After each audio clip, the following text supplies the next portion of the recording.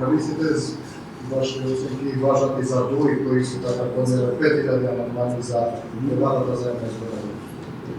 Овде не зборувам само за изборниот законник, овде зборувам за повеќе предлог на закони, секако од оваа говорница, од собранието.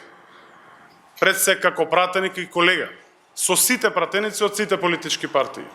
Повикувам на разбирање и повикувам сите да размислиме, како одговорни политичари, како политички партии, како пратеници воопшто, како граѓани, да навистина се вложиме сите во името на демократијата, за демократизацијата на изборните процеси во нашата држава, кои што всушност таа демократизација ја бараат граѓаните. Затоа апелираме амандманите да се повлечат, да влеземе во суштинска дебата и конечно да го промениме изборниот модел за кој што се залагаме сите во овие изминати години. Еден по еден ве молам. Како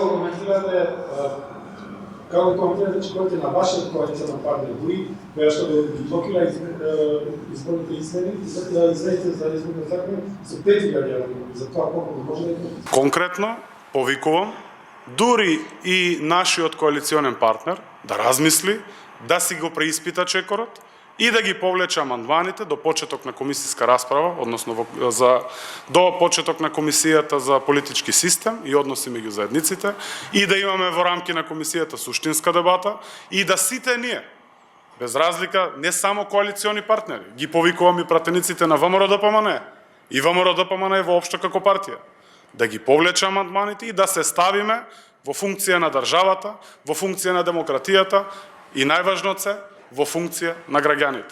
Со промената на изборниот модел, сите добиваме пред се граѓаните. Затоа треба сите да се ставиме во функција на граѓаните.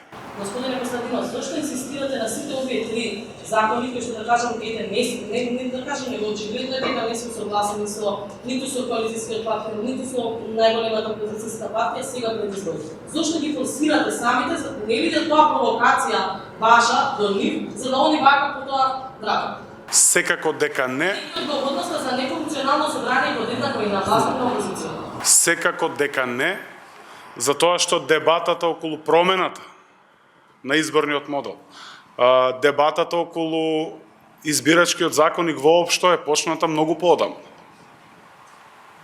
Во рамки на дебатата околу избирачкиот законник ние бараме решение. Ние во септември, кога се отвори прашањето за изборниот модел, не знаевме дека ќе има предвремени избори во април. Затоа охрабруваме, ние не присилуваме никого. Но ние точно знаеме што сме ветиле пред граѓаните пред изборите 2016.